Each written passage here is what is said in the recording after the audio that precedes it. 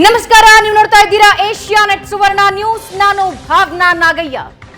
Lakshadweep versus Maldives ಅನ್ನೋದು ಸದ್ಯಕ್ಕೆ ದೊಡ್ಡ ಮಟ್ಟದ ಚರ್ಚೆಗೆ ಕಾರಣವಾಗಿರೋ ವಿಷಯ.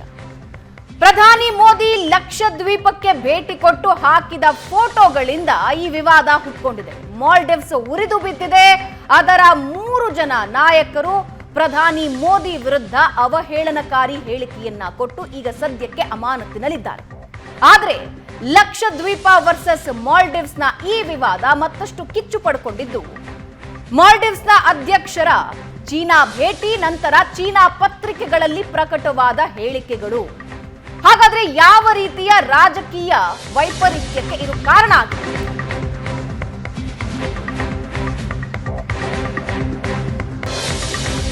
ಲಕ್ಷದ್ವೀಪಕ್ಕೆ ಮೋದಿ ಪ್ರವಾಸ, ಇದರಿಂದಾಗಿ ಉರಿದುಕೊಂಡ ಮಾಲ್ಡೀವ್ಸ್ಗೆ ಶುರುವಾಯಿತು ಲಕ್ಷದ್ವೀಪದ ಭಯ. ಭಾರತ ಮೋದಿ ಟೀಕಿಸಿ ಇಕ್ಕಟ್ಟಿಗೆ ಸಿಲುಕಿದೆ ಮಾಲ್ಡೀವ್ಸ್.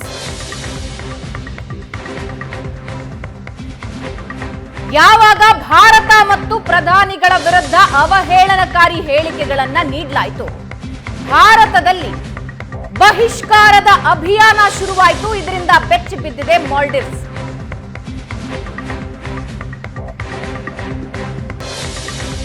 ಇದರ ಒಳಸುಳಿ ಏನಿದೆ ಅಂತ ನೋಡಿದ್ರೆ, ಚೀನಾ ನಿಧಾನಕ್ಕೆ ಮಾಲ್ಡೀವ್ಸ್ನ ಮೇಲೆ ಪ್ರಭಾವ ಹೆಚ್ಚಿಸಿಕೊಳ್ಳೋದಕ್ಕೆ ಪ್ರಯತ್ನ ಪಡ್ತಾನೆ ಇದೆ. ಅದರ ಮುಂದುವರೆದ ಭಾಗವಾಗಿ ಮಾಲ್ಡೀವ್ಸ್ನ ಈ ನಡೆ.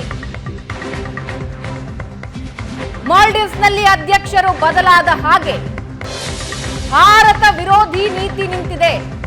ಭಾರತ ಮೋದಿ ಟೀಕಿಸಿ ಈಗ ಮಾಲ್ಡೀವ್ಸ್ ಇಕ್ಕಟ್ಟಿಗೆ ಸಿಲುಕೊಂಡಿದೆ. ಸಚಿವರ ಉದ್ದಟತನ, ಬಾಯ್ಕಾಟ್ ಮಾಲ್ಡೀವ್ಸ್ ಶುರುವಾಗಿದೆ.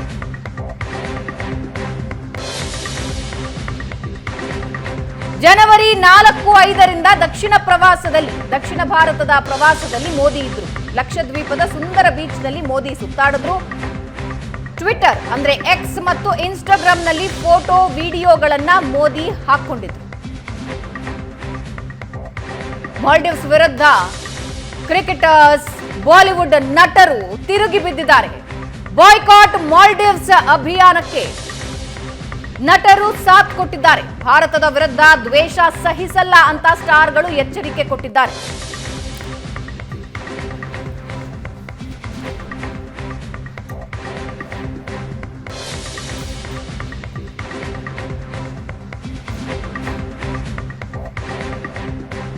ಇದು ಪ್ರಧಾನಿ ಮೋದಿ ಲಕ್ಷದ್ವೀಪಕ್ಕೆ ಭೇಟಿ ಕೊಟ್ಟ ವಿಡಿಯೋಸ್.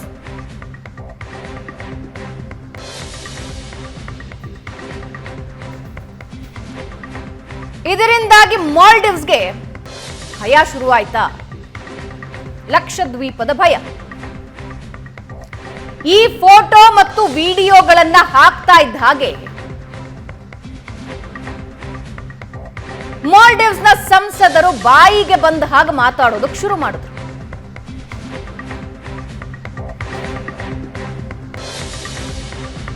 ಪ್ರಧಾನಿ ಮೋದಿ ಟ್ವೀಟ್ ನೀವು ನೋಡ್ತಾ ಇದ್ದೀರಾ. ರಮಣೀಯ ಸೌಂದರ್ಯದ ಜೊತೆ ಲಕ್ಷದ್ವೀಪದ ಪ್ರಶಾಂತತೆ ಮನಮೋಹಕ ಅಂತ ಹಾಕಿದ್ರು.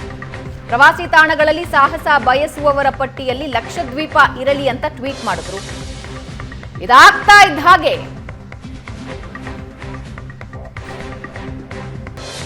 ಬುಕಿಂಗ್ ವೆಬ್ಸೈಟ್ಗಳಲ್ಲಿ ಲಕ್ಷದ್ವೀಪದ ಬಗ್ಗೆ ಹುಡುಕಾಟ ಶುರುವಾಯಿತು.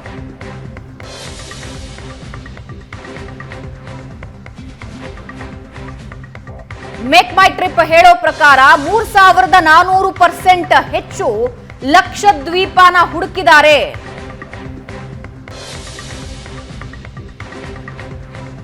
ಇದರ ಬೆನ್ನಲ್ಲೇ ಮಾಲ್ಡೀವ್ಸ್ನಿಂದ ಅವಹೇಳನಕಾರಿ ಹೇಳಿಕೆಗಳು ಹೊರಬಿದ್ದವು.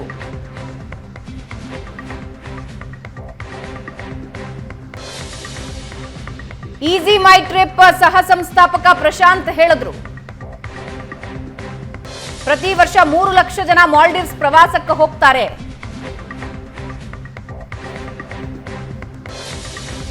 ನಾವು ಇವತ್ತಿನಿಂದ ಲಕ್ಷದ್ವೀಪ ಪ್ರಚಾರ ಮಾಡೋದಕ್ಕೆ ಮುಂದಾಗಿದ್ದೀವಿ ಅಂದ್ರು. ಲಕ್ಷದ್ವೀಪ ಪ್ರವಾಸಿಗರಿಗಾಗಿ 5 ವಿಶೇಷ ಪ್ಯಾಕೇಜ್ ಘೋಷಿಸ್ತೀವಿ. ನಾವೆಲ್ಲ ಒಗ್ಗಟ್ಟಿನಿಂದ ಎಲ್ಲಾ ಮಾಲ್ಡೀವ್ಸ್ ಬುಕಿಂಗ್ ಸ್ಥಗಿತಗೊಳಿಸಿದ್ದೇವೆ ಅಂದಿದ್ದಾಳೆ.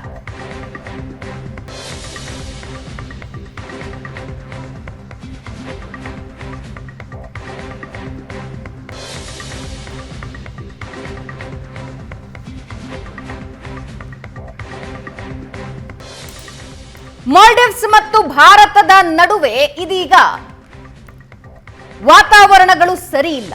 ಆದರೆ ಈ ಹಿಂದಿನಿಂದಲೂ ಮಾಲ್ಡೀವ್ಸ್ನ ಪಾಲಿಗೆ ಭಾರತ ಆಪತ್ ಬಾಂಧವ, ಆಪ್ತ ಮಿತ್ರನ ರೀತಿಯಲ್ಲಿ ನಿರಂತರವಾಗಿ ಸಹಾಯ ಹಸ್ತ ಚಾಚುತ್ತಾನೆ ಬಂದಿದೆ. ಆದರೆ ಮಾಲ್ಡೀವ್ಸ್ನಲ್ಲಿ ಬದಲಾದ ರಾಜಕೀಯ ಹಿನ್ನೆಲೆಯಲ್ಲಿ ಈಗ ಇರೋ ಅಧ್ಯಕ್ಷರು ಇಂಡಿಯಾ ಔಟ್ ಅಂತಲೇ ಪ್ರಚಾರ ಮಾಡ್ತಾ ಗೆದ್ದು ಬಂದವರು. ಈಗ ಸಹಜವಾಗಿಯೇ ಭಾರತ ವಿರೋಧಿ ನಿಲುವಿದೆ, ಚೀನಾ ಪರ ನಿಲುವಿದೆ. ಚೀನಾ ನಮ್ಮ ಅತ್ಯಂತ ಆಪ್ತ ಸ್ನೇಹಿತ ಅಂತ ಹಾಡಿ ಹೊಗಳಿದ್ದಾರೆ ಚೀನಾ ಪ್ರವಾಸದ ಸಂದರ್ಭದಲ್ಲಿ. ಮಾಲ್ಡೀವ್ಸ್ ಮತ್ತು ಭಾರತದ ನಡುವಿನ ಈ ಸಂಬಂಧ ಯಾಕೆ ಇಷ್ಟು ಮುಖ್ಯ?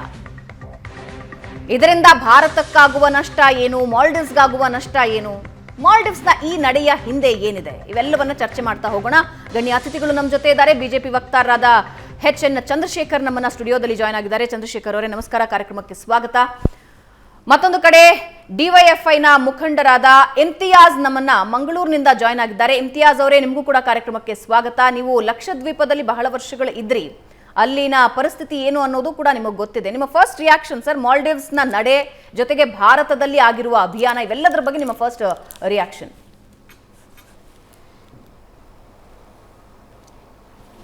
ನೋಡಿ, ಲಕ್ಷದ್ವೀಪ ಎನ್ನುವಂಥದ್ದು ನಮ್ಮ ಭಾರತ ದೇಶದಲ್ಲಿರುವಂಥ ಅತ್ಯಂತ ಸೌಂದರ್ಯ, ಅದರ ಸುಂದರ ಮತ್ತು ಸ್ವಚ್ಛಂದವಾಗಿರ್ತಕ್ಕಂಥ ಒಂದು ಕಡಲ ಕಿನಾರೆ ಇರತಕ್ಕಂಥ ದ್ವೀಪ.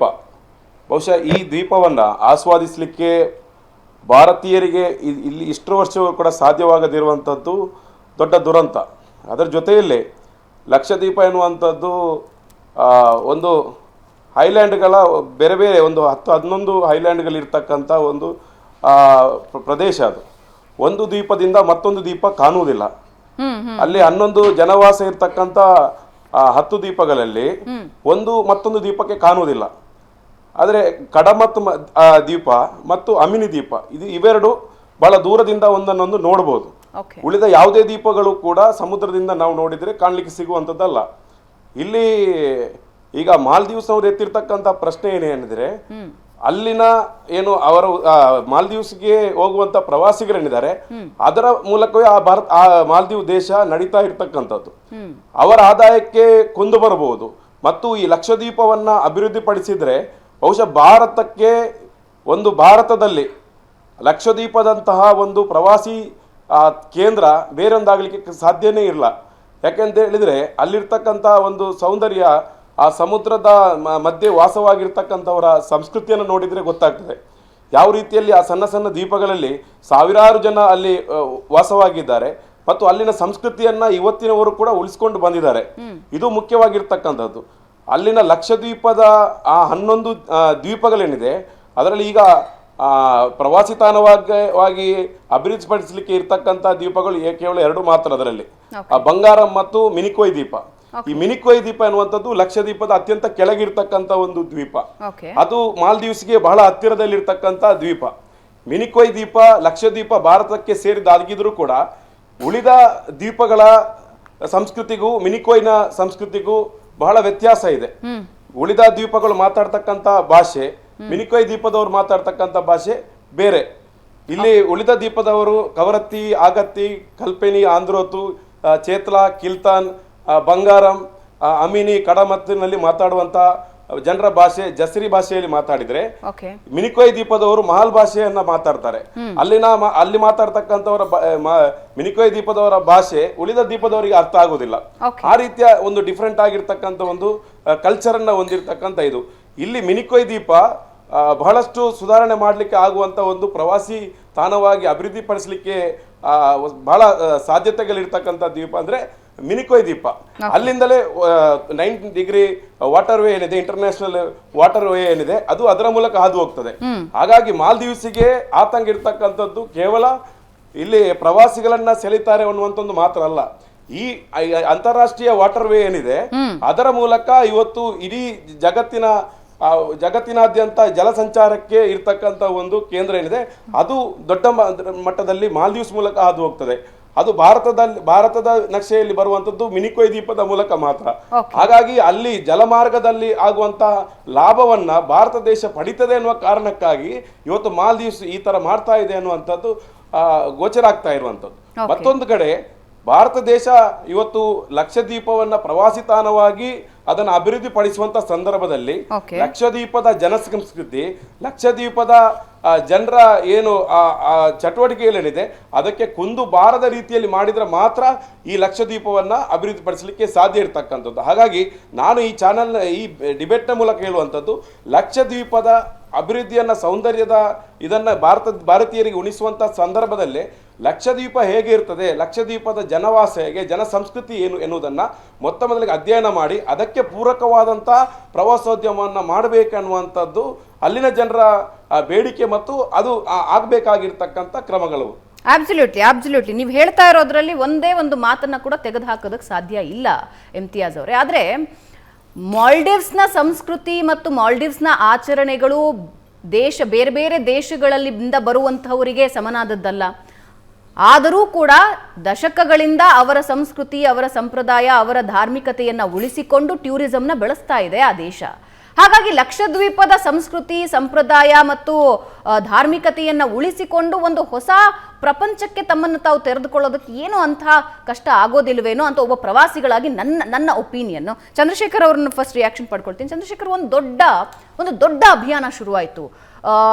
3 ಫೋಟೋಗಳು 3 ವಿಡಿಯೋಗಳು ಮೋದಿಯವರು ಟ್ವೀಟ್ ಮಾಡೋದ್ರ ಮೂಲಕ ಹಂಚಿಕೊಂಡ್ರು. ಲಕ್ಷದ್ವೀಪ ಅದ್ಭುತವಾಗಿದೆ, ನೀವು ಸಾಹಸ ಕ್ರೀಡೆಗಳಿಗೆ ಹೋಗೋರು ಇದನ್ನು ನಿಮ್ಮ ಲಿಸ್ಟ್ನಲ್ಲಿ ಹಾಕ್ಕೊಳ್ಳಿ ಅಂದ ಒಂದೇ ಒಂದು ಮಾತು ಒಂದು ದೊಡ್ಡ ಅಭಿಯಾನಕ್ಕೆ ಕಾರಣ ಆಯಿತು. ಆ್ಯಂಡ್ ಮಾಲ್ಡೀವ್ಸ್ ಉರ್ಕೊಂಡು ಬಿತ್ತು. 3 ಜನ ಮಂತ್ರಿಗಳು, ದೇಶದ ಮಂತ್ರಿಗಳು ಪ್ರಧಾನಿಗಳ ವಿರುದ್ಧ. ಯಾವ ದೇಶದ ಪ್ರಧಾನಿ, ಯಾವ ದೇಶ ಅಂತ ಹೇಳಿದ್ರೆ ಪ್ರತಿನಿತ್ಯವೂ ಕೂಡ ಏನೇ ಕಷ್ಟ ಅಂದರೂ ಕೂಡ we are there with you ಅನ್ನುವಂತಹ ದೇಶ. ಇವರ ದೇಶಕ್ಕೆ ಭಯೋತ್ಪಾದಕರು ನುಗ್ಗಿ ಅಧ್ಯಕ್ಷರು ಹೋಗಿ ತಪ್ಪಿಸ್ಕೊಂಡು ಓಡ್ ಹೋಗೋ ಸಂದರ್ಭದಲ್ಲೂ ಒಂದು ಫೋನ್ ಕಾಲ್ನಲ್ಲಿ ಭಾರತದಿಂದ ಅಲ್ಲಿಂದ ಆರ್ಮಿ ಬಂದು ಅವರನ್ನ ರಕ್ಷಣೆ ಮಾಡಿದ ದೇಶ. ಅಲ್ಲಿ ನೀರು ಇಲ್ಲ ಅಂತ ಹೇಳಿದಾಗ ಕುಡಿಯೋ ನೀರು ತಗೊಂಡು ಹೋಗಿ, ವಿಮಾನಗಳ ಮೂಲಕ ಕುಡಿಯೋ ನೀರು ತಗೊಂಡು ಹೋಗಿ ಕೊಟ್ಟ ದೇಶ. ಇದರ ಜೊತೆಗೆ ಯಾವಾಗ ವ್ಯಾಕ್ಸಿನ್ ನಮ್ಮಲ್ಲಿ ಕಂಡು ಹಿಡಿಯಲಾಯಿತು, ಇಡೀ ಪ್ರಪಂಚಕ್ಕೆ ನಾವು ವ್ಯಾಕ್ಸಿನ್ನ ಹಂಚುವಾಗ ಮೊದಲಿಗೆ ಮಾಲ್ಡೀವ್ಸ್ಗೆ ತೆಗೆದುಕೊಂಡು ಹೋಗಿ ಕೊಟ್ವಿ. ಇದರ ಜೊತೆಗೆ ಮಾಲ್ಡೀವ್ಸ್ಗೆ ಏನೇ ಸಮಸ್ಯೆ ಆದರೂ ಒಂದು ಕಾಲಿನ ದೂರದಲ್ಲಿ ಭಾರತ ಇದೆ ಅನ್ನುವ ಅಭಯಾನ ನಿರಂತರವಾಗಿ ಭಾರತ ನೀಡ್ತಾ ಬರ್ತಾ ಇದೆ. ಆ ದೇಶದ ಪ್ರಧಾನಿಯ ವಿರುದ್ಧ ಮಾಲ್ಡೀವ್ಸ್ನ 3 ಜನ ಮಂತ್ರಿಗಳು ಬೇಕಾದಂಗೆ ಮಾತಾಡ್ತಾರೆ. ನೋಡಿ, ಇಡೀ ಜಗತ್ತಿಗೆ ಒಂದು ಒಳ್ಳೆ ಸಂದೇಶ ಕೊಡ್ತಾ ಇದೆ ಇವತ್ತು ಮಾಲ್ಡೀವ್ಸು. ಯಾವ ರಾಜಕೀಯ ಪಕ್ಷ ದೇಶವನ್ನು ಆಳುತ್ತೆ ಅದಕ್ಕೆ ದೇಶದ ಭವಿಷ್ಯದ ಚಿಂತನೆ ಇಲ್ದಿದ್ರೆ ಹೇಗೆ ಒಂದು ದೇಶ ಸರ್ವನಾಶ ಆಗೋಗುತ್ತೆ ಅನ್ನೋದಕ್ಕೆ ಮಾಲ್ಡೀವ್ಸೇ ಸಾಕ್ಷಿ. ಇಲ್ಲಿವರೆಗೂ ಹಲವಾರು ಪಕ್ಷಗಳು ಆಳ್ಕೊಂಬಂದ್ವು, ಆದರೆ ಎಲ್ಲ ಪಕ್ಷಗಳು ಭಾರತ ಜೊತೆಗೆ ಸಂಬಂಧ ಸುಧಾರಣೆ ಮಾಡಿಕೊಂಡಿದ್ದೆ ಚೆನ್ನಾಗಿದ್ದಕ್ಕೆ ಆ ದೇಶ ಇಷ್ಟೊಂದು ಉದ್ಧಾರ ಆಗ್ತಾ ಹೋಯಿತು. ಇವತ್ತು ಭಾರತ ವಿರೋಧಿ ಆಗಿರ್ತಕ್ಕಂತಹ ರಾಜಕೀಯ ಪಕ್ಷ ಬಂದಿದೆ. ಅಲ್ಲಿ ಆ ಪಕ್ಷಕ್ಕೆ ಮಾಲ್ಡೀವ್ಸ್ನ ಏನು ಉದ್ಧಾರ ಬೇಕಾಗಿಲ್ಲ. ಹಾಗಾಗಿ ಅದರ ಒಂದು ನಿಲುವಿನಿಂದ ಇವತ್ತು ದೇಶ ಹಾಳಾಗೋಗ್ತಾ ಇದೆ. ಈ ಮಾಲ್ಡೀವ್ಸ್ ಆಗಿ ಲಕ್ಷದ್ವೀಪ ಈ ವಿಚಾರವನ್ನು 3 ದೃಷ್ಟಿಕೋನದಲ್ಲಿ ನಾವು ನೋಡಬೇಕು ಭಾವನಾ. ಮೊದಲನೇದು ಭಾರತದ ಭದ್ರತೆ ವಿಚಾರ, ಎರಡನೇದು ಭಾರತದ ಸಾಮಾಜಿಕ ಮತ್ತು ಆರ್ಥಿಕ ಬೆಳವಣಿಗೆ, ಮೂರನೇದು ಭಾರತದ ಮುಸ್ಲಿಂ ಬಾಂಧವರ ಜೀವನ ಮಟ್ಟ ಸುಧಾರಣೆ ಮಾಡ್ತಕ್ಕಂಥದ್ದು. ಮೊದಲಿಗೆ ಭಾರತದ ಭದ್ರತೆ ವಿಚಾರ ನೋಡಿದ್ರೆ ನೋಡಿ, ಮಾಲ್ಡೀವ್ಸ್ ಹುಟ್ಟಿದ್ದು ಸ್ವತಂತ್ರ ಆಗಿದ್ದು 1965ರಲ್ಲಿ. ಆವತ್ತಿಂದಲೂ ಕೂಡ ಇದು ಪರಾವಲಂಬಿನೇ ದೇಶನೇ. ಯಾಕೆಂದ್ರೆ ಅವರಿಗೆ ಸ್ವಂತ ವ್ಯವಸಾಯ ಇಲ್ಲ, ಯಾಕೆಂದ್ರೆ ಒಂದು ನದಿನೇ ಇಲ್ಲ. ಅದು ಅವ್ರ ಆಹಾರಕ್ಕೆ ಭಾರತದ ಮೇಲೆ ಡಿಪೆಂಡ್ ಆಗಬೇಕು, ಕುಡಿಯೋ ನೀರಿಗೆ ಭಾರತದ ಮೇಲೆ ಡಿಪೆಂಡ್ ಆಗಬೇಕು. ಸೈನ್ಯ ಇಲ್ಲ ಇವರಲ್ಲಿ. ಸೈನ್ಯದಲ್ಲಿ 2 ಹೆಲಿಕಾಪ್ಟರ್, ಒಂದು ಏನು ವಿಮಾನ ಇದೆ, 3 ಭಾರತ ಕೊಟ್ಟಿದೆ. ಸೈನ್ಯಕ್ಕೆ ಭಾರತದ ಮೇಲೆ ಡಿಪೆಂಡ್ ಆಗಬೇಕು. ವೈದ್ಯರು ಮತ್ತು ಮೆಡಿಕಲ್ ಎಕ್ವಿಪ್ಮೆಂಟು ಭಾರತದ್ದೇ, ಶಿಕ್ಷಕರು ಭಾರತದ್ದೇ, ನೀರಿಂದ ಹಿಡ್ಕೊಂಡು ಮೆಡಿಸಿನ್ ತನಕ ಎಲ್ಲವೂ ಭಾರತವೇ ಕೊಡಬೇಕು. ಅಲ್ಲಿ ಕಟ್ಟಿರೋ ಆಸ್ಪತ್ರೆಯೂ ಭಾರತವೇ ಎಲ್ಲವನ್ನೂ ಭಾರತದ ಮೇಲೆ ಇಷ್ಟು ದಿನ ಡಿಪೆಂಡ್ ಆಗಿರ್ತಕ್ಕಂಥದ್ದು. ಇವತ್ತು ಏನು ದುಷ್ಟ ಚೈನಾದ ಏನು ಒಳಸುಳಿಗೆ ಒಳಗಾಗಿ ಭಾರತದ ವಿರುದ್ಧವಾಗಿ ನಿಂತಾಗ ಹೋಗ್ತಾ ಇದೆ. ಇವತ್ತೇನಾದರೂ ಮಾಲ್ಡೀವ್ಸ್ಗೆ ಭಾರತ ತಕ್ಕಪಡೆ ಕಲಿಸ್ತಾ ಇದ್ರೆ ನಾಳೆ ಅದು ಚೈನಾದ ಸ್ಟ್ರಾಟಜಿಕ್ ಪಾಯಿಂಟ್ ಆಗಿ ಭಾರತದ ರಕ್ಷಣೆಗೆ ಹೊಡೆತ ಹೊಡೆಯುತ್ತೆ. ಹಾಗಾಗಿ ಮಾಲ್ಡೀವ್ಸ್ಗೆ ನಾವು ಬುದ್ಧಿ ಕಲಿಸಲೇಬೇಕಾಗಿತ್ತು. ಮನಮೋಹನ್ ಸಿಂಗ್ ಅವರು ಪ್ರಧಾನಮಂತ್ರಿ ಆಗಿದ್ರೆ ಯಾವ ರೀತಿ ಇರ್ತಿತ್ತು ಅಂತ ಊಹೆ ಮಾಡ್ಕೊಳ್ಳಿ. ಇವತ್ತು ಮೋದಿ ಅವರಿದ್ದಾರೆ, ತಕ್ಕ ಪಾಠ ಕಲಿಸ್ತಾರೆ. ಇದರಿಂದ ಭಾರತದ ಭದ್ರತೆಗೂ ಸಹಾಯ ಆಗುತ್ತೆ. ಮೊದಲನೇದು. ಎರಡನೇದು, ಭಾರತದ ಸಾಮಾಜಿಕ ಮತ್ತು ಆರ್ಥಿಕ ಬೆಳವಣಿಗೆ ನೋಡಿ. ಭಾರತೀಯರು ಪ್ರತಿ ವರ್ಷ 5.5 ಲಕ್ಷ ಕೋಟಿ ಬರೀ ಪ್ರವಾಸಕ್ಕೆ, ಬೇರೆ ದೇಶದ ಪ್ರವಾಸಕ್ಕೆ ಸ್ಪೆಂಡ್ ಮಾಡ್ತಾರೆ. ಎಷ್ಟು? 5.5 ಲಕ್ಷ ಕೋಟಿ ವಿದೇಶ ಪ್ರವಾಸಕ್ಕೆ. ಆದರೆ ಭಾರತದಲ್ಲಿ ಎಂತೆಂಥ ಅದ್ಭುತವಾದ ಸ್ಥಳಗಳಿದ್ದಾವೆ ಅಂತ ಹೇಳಿದ್ರೆ, ಬೇರೆ ದೇಶಗಳಿಗಿಂತ ಅದ್ಭುತವಾದ ಸ್ಥಳಗಳಿದ್ದಾವೆ. ಅದರಲ್ಲಿ 50% ಭಾರತಕ್ಕೆ ಬರಲಿ. 3 ಲಕ್ಷ ಕೋಟಿ ಭಾರತಕ್ಕೆ ಬಂದರೆ ಇಲ್ಲಿನ ಏನು ಸುಂದರವಾದ ಸ್ಥಳಗಳಿದೆ. ನಮ್ಮಲ್ಲಿ ಉಡುಪಿ ಐಲ್ಯಾಂಡ್ಗಳಿದೆ, ಲಕ್ಷದ್ವೀಪ ಇದೆ, ಅಂಡಮಾನ್ ನಿಕೋಬಾರ್ ಐಲ್ಯಾಂಡ್ಗಳಿದೆ. ನಿಕೋಬಾರ್ ಐಲ್ಯಾಂಡ್ಗಳು ನಾವು ಇನ್ನೂ ಮುಟ್ಟಕ್ಕೆ ಸಾಧ್ಯ ಆಗಿಲ್ಲ. ಇಂತಹ ಅದ್ಭುತವಾದ ಜಗತ್ತಿನ ಸುಂದರ ಪರಿಸರಗಳು ನಮ್ಮಲ್ಲೇ ಚೆನ್ನಾಗಾಗಿ ವಿದೇಶಿಯರು ಭಾರತಕ್ಕೆ ಬರೋಕ್ಕಾಗಿ ಹೊರಗಡೆ ಹೋಗ್ತಿರ್ತಕ್ಕಂಥ ಭಾರತದವರನ್ನು ಇಲ್ಲೇನೆ ಪ್ರವಾಸ ಮಾಡೋಕ್ಕೆ ಶುರು ಮಾಡಿದ್ರೆ ಭಾರತ ಆರ್ಥಿಕವಾಗಿ, ಭಾರತೀಯರಿಗೆ ಕೆಲಸ ಸಿಗುತ್ತೆ, ಭಾರತೀಯರ ಜೀವನ ಮಟ್ಟ ಸುಧಾರಣೆ ಆಗುತ್ತೆ, ಭಾರತವು ಉದ್ಧಾರ ಆಗುತ್ತೆ. ಇದು 2ನೇ ಪಾಯಿಂಟು. 3ನೇ ಪಾಯಿಂಟು, ಭಾರತದ ಮುಸ್ಲಿಮರ ಜೀವನ ಮಟ್ಟ ಅಂತ ಹೇಳಿದೆ. ಯಾಕೆ ಅಂತ ಹೇಳಿದ್ರೆ, ಲಕ್ಷದ್ವೀಪದಲ್ಲಿ ಇರ್ತಕ್ಕಂಥದ್ದು 95% ಮುಸ್ಲಿಮ್ಸು. 95% ಮುಸ್ಲಿಮ್ಸ್. ಅಲ್ಲಿ ಹಿಂದೂಗಳೇ ಇಲ್ಲ, ಮಿಕ್ಕಿದೆಲ್ಲ ಸ್ವಲ್ಪ ಸೆಕ್ಯೂರಿಟಿ ಪರ್ಸನ್ಸ್ ಇದ್ದಾರೆ ಬಿಟ್ಟರೆ ಎಲ್ಲ ಮುಸಲ್ಮಾನರು ಇವತ್ತು ಮೀನುಗಾರಿಕೆ ಮಾಡಿಕೊಂಡು ಸಣ್ಣ ಪುಟ್ಟ ಉದ್ಯಮ ಮಾಡಿಕೊಂಡು ಜೀವನ ಮಾಡ್ತಾ ಇದ್ದಾರೆ. ಅಲ್ಲಿ ಏನದು ನೋಡಿ, ಮೋದಿಯವರಲ್ಲಿ ಹೋಗಿದ್ದೇನೆ 11,500 ಕೋಟಿ ಪ್ಯಾಕೇಜ್ ಘೋಷಣೆ ಮಾಡಿದ್ರು. ಇದು ನಿಜವಾದ ಸಬ್ಕಾ ಸಾಥ್ ಸಬ್ಕಾ ವಿಕಾಸ್. ಅಲ್ಲಿ ಹಿಂದೂಗಳಿಲ್ಲ ಅಂತೇಳಿ ಅಲ್ಲಿ ಏನು ಮಾಡಲಿಲ್ಲ, ಮುಸಲ್ಮಾನ್ ಬಾಂಧವರಿಗೋಸ್ಕರನೇ ಮಾಡಿದ್ರು. ಅದಾದ ಮೇಲೆ ಇವತ್ತು ಲಕ್ಷದ್ವೀಪ ಏನಾದರೂ ಉದ್ಧಾರ ಆದರೆ, ಮಾಲ್ಡೀವ್ಸ್ಗೆ ಟಕ್ಕರ್ ಕೊಟ್ಟು ಲಕ್ಷದ್ವೀಪ ಉದ್ಧಾರ ಆದರೆ, ಉದ್ಧಾರ ಆಗ್ತಕ್ಕಂಥದ್ದು ಯಾರು? ಇದೇ ಮುಸಲ್ಮಾನ್ ಬಂದವರು. ಜೀವನ ಮಟ್ಟ ಸುಧಾರಣೆ ಆಗುತ್ತೆ, ಅಲ್ಲಿ ರೆಸಾರ್ಟ್ಗಳಾಗುತ್ತೆ, ಹಾಸ್ಪಿಟಲ್ಗಳಾಗುತ್ತೆ, ಮಾಲ್ಗಳಾಗುತ್ತೆ. ಅಲ್ಲಿರ್ತಕ್ಕಂಥ ಮುಸಲ್ಮಾನ್ ಬಾಂಧವರ ಜೀವನ ಮಟ್ಟ ಸುಧಾರಣೆ ಆಗುತ್ತೆ. ಇದು ನಿಜವಾದ ಸಬ್ಕಾ ಸಾಥ್ ಸಬ್ಕಾ ವಿಕಾಸ್. ಇಂತಹ ಕೆಲಸಗಳಿಗೆ ಎಲ್ಲ ಕಾರಣಗಳು ಅಷ್ಟೇನೆ. ಯಾವುದೋ ಶತ್ರು ದೇಶದ ಜೊತೆ ಕೈ ಜೋಡಿಸಿರ್ತಕ್ಕಂತಹ ಮಾಲ್ಡೀವ್ಸ್ಗೆ ಬುದ್ಧಿ ಕಲಿಸಬೇಕು. ಜೊತೆಗೆ ನಮ್ಮದೇ ಬಂಧುಗಳಿರ್ತಕ್ಕಂತಹ ಲಕ್ಷದ್ವೀಪ ಬೆಳಿಬೇಕು, ಉದ್ಧಾರ ಆಗಬೇಕು, ಭಾರತ ಬೆಳಿಬೇಕು ಅಂತಕ್ಕಂಥ ಹಲವಾರು ಕಾರಣಗಳಿಂದ ಇವತ್ತಿದು ತುಂಬ ಒಳ್ಳೆಯ ವಿಷಯ ಆಗಿರ್ತಕ್ಕಂಥದ್ದು. ರೈಟ್. ವೀಕ್ಷಕರೇ, ಚೈನಾದ ಕುಮ್ಮಕ್ಕಿನಿಂದ ಭಾರತದ ಸುತ್ತಮುತ್ತಲಿನ ದೇಶಗಳೇನಿದೆಯಲ್ಲ ಅದನ್ನ ತನ್ನ ಸ್ನೇಹಕ್ಕೆ ಬಳಸ್ಕೊಳ್ಳೋದು. ಚೈನಾದ ಸ್ನೇಹ ಹೆಂಗಿರುತ್ತೆ ಅಂದರೆ, ಸಾಲ ಕೊಡ್ತೀವಿ ನಿಮಗೆ, ಸಾಲದ ಮೇಲೆ ನೀವು ಆಭಾರಿಗಳಾಗಿರ್ಬೇಕು, ನಮಗೆ ನೀವು ಯಾವತ್ತೂ ನಮ್ಮ ಹತ್ರ ಸಾಲ ತಿನ್ನೋರೇ ಆಗಿರಬೇಕು ಅಂತ. ಒಂದು ನೇಪಾಳದಲ್ಲಿ ಇಂಥದ್ದೊಂದು ಪ್ರಯತ್ನ ನಡೀತಾ ಇದೆ, ನಿರಂತರವಾಗಿ ನಡೀತಾ ಇದೆ. ಶ್ರೀಲಂಕಾದಲ್ಲಿ ಹಂಬಂಟೋಟಾದಲ್ಲಿ ಅವರ ಆರ್ಮಿ ಬೇಸ್ ಮಾಡ್ಕೊಂಡಿದ್ದಾರೆ. ಸಾಲ ಕೊಡ್ತೀವಿ, ನೀವು ಬಂದರು ಕಟ್ಟಿ ಅಂತ ಹೇಳಿದ್ರು. ಆ ಬಂದರ್ ಬಳಕೆ ಯಾರಿಗಾಗ್ತಿರೋದು? ಚೀನಾಗಾಗ್ತಿರೋದು. ಅದಾದ ಮೇಲೆ ಪಾಕಿಸ್ತಾನದಲ್ಲಿದೆ. ಸೊ ಸುತ್ತಲೂ ನೋಡಿದ್ರಿ ಅಂತ ಹೇಳಿದ್ರೆ ತನ್ನ ಸ್ಟ್ರಾಟಜಿಕ್ ಪಾಯಿಂಟ್ಗಳನ್ನು ಡೆವಲಪ್ ಮಾಡ್ತಾ ಹೋಗ್ತಾ ಇದೆ. ಅದರ ಭಾಗವಾಗಿ ಮಾಲ್ಡೀವ್ಸ್ ಅನ್ನ ಅದು ಬಳಕೆ ಮಾಡ್ಕೊಳ್ತಾ ಇದೆ.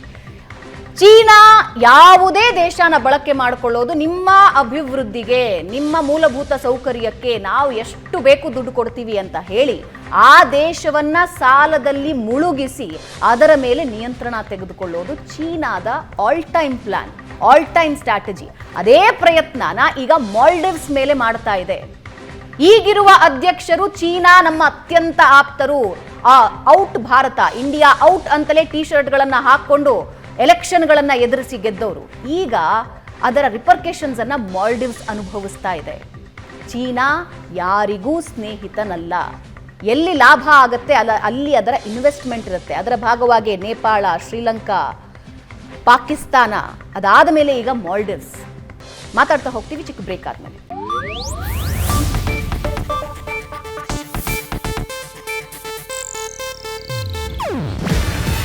ಇದು ಏಷ್ಯಾನೆಟ್ ನ್ಯೂಸ್ ನೆಟ್ವರ್ಕ್ ಪ್ರಸ್ತುತಿ. ನೀವು ನೋಡ್ತಿದ್ದೀರಾ ಏಷ್ಯಾನೆಟ್ ಸುವರ್ಣ ನ್ಯೂಸ್.